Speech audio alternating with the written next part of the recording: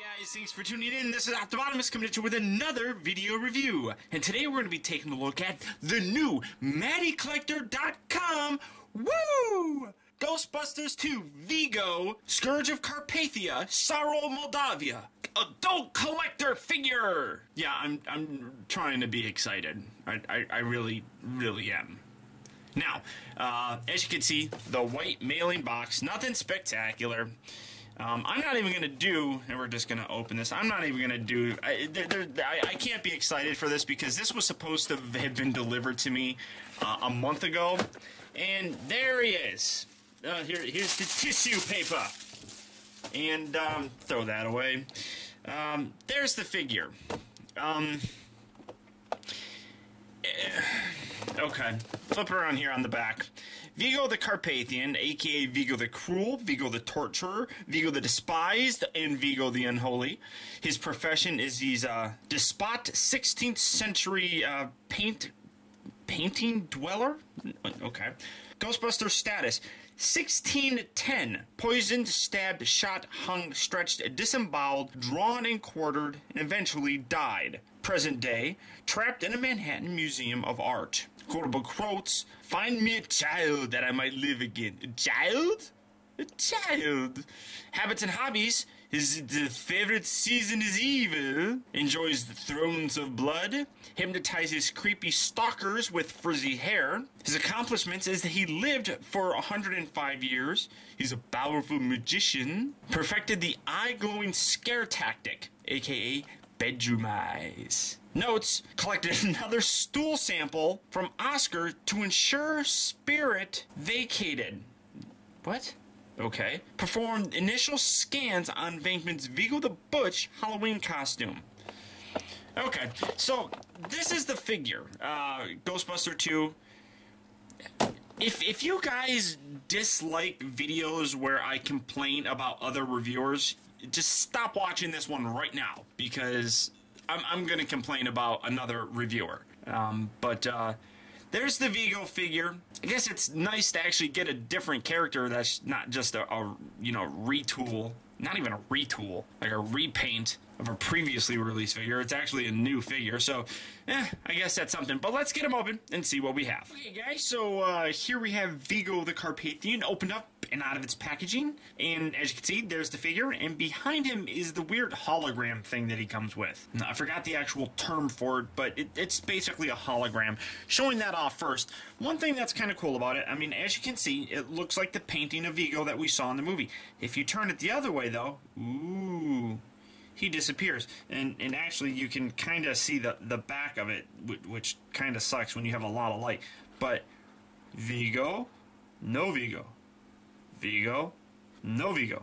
Vigo, no Vigo. I mean, that's actually kind of cool. And then when you do flip around here on the back, you have a picture of the 4 Ghostbusters with Oscar there. That's obviously painted by the Fettuccinis, which that's actually really cool. I really do like that. I mean, that's kind of neat. I wish it was a little bit more thick so that you didn't see him when he's like this. You really can't see the Ghostbusters in the background, but when you go like that, you then kind of see them, which is kind of weird. So that's actually kind of cool. I really do like that. Now, the figure itself is not a bad figure. I'll be totally honest with you. The figure is actually pretty good. The detail on the actual body is actually really nice and really captures the look of the character in the figure. I mean, it has a very kind of old century, very rustic look to it, but now, when I said I was going to complain about a particular reviewer, I'll let you guys figure out who that is, but he reviewed this guy, and he specifically said that the head sculpt on it is actually pretty good, I guess. And that's a direct quote.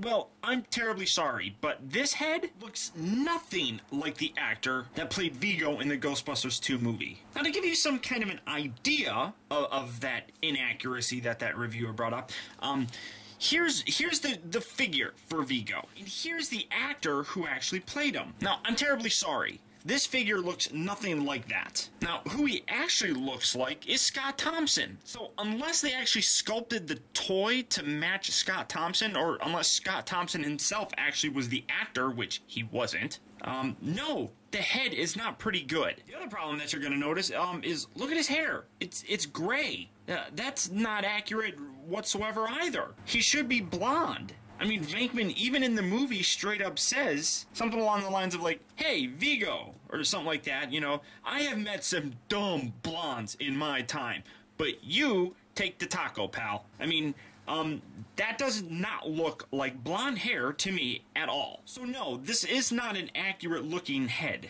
The body, yeah, absolutely, very nice looking. But the head, nope, not even close. Terribly sorry. Now, in terms of his articulation, his head's on this ball joint, so you can kind of get it going left and right. But his hair here, very hard plastic, so you really can't get too much of a motion with it, although it's not too terribly bad.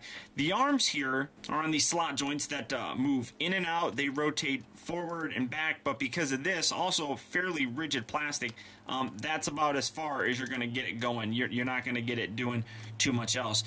He also does rotate around there, so that's kind of cool. He has no postability here in the elbows except for the forward and back, which really does kind of suck because all the other figures you could rotate the arms in, but he doesn't even have a upper bicep cut or anything like that. The hands at the wrists rotate, so that's kind of cool. Rotates here back and forth at the waist, in and out at the legs, but again about that far.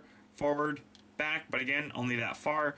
Bends at the knee, rotates at the upper part of the boot, and then back and forth at the actual ankle. He doesn't even have the side-to-side pivot that a lot of the Ghostbuster figures actually have. So, fairly nice. The articulation is definitely lacking when compared to previous Ghostbuster figures, but the one thing that is cool about comparing these Ghostbuster figures with Vigo really is the size. Here he is next to the slime blower version of Ray, and as you can see, I mean, there's a big size difference, which is really cool. I really do like that. So while these figures are about 6 inches, he's closer to about 7 inches or so. Now, I know that I'm being very critical when it comes to this figure. And while I'm absolutely ecstatic and thrilled that we got a different figure from the Ghostbusters line, and a main villain as well, I really think that they could have done a much better job with the figure itself. At $22 for this figure, I really don't think it's worth it. The figure just comes by itself. Now, while the painting is really nice and is definitely a much needed accessory, I would have really loved it if he actually came with an alternate head, specifically the monster version of Ray. That would be awesome. But unfortunately, Matty Collector saw fit not to give that to us. Now, this figure is sold out through MattyCollector.com, which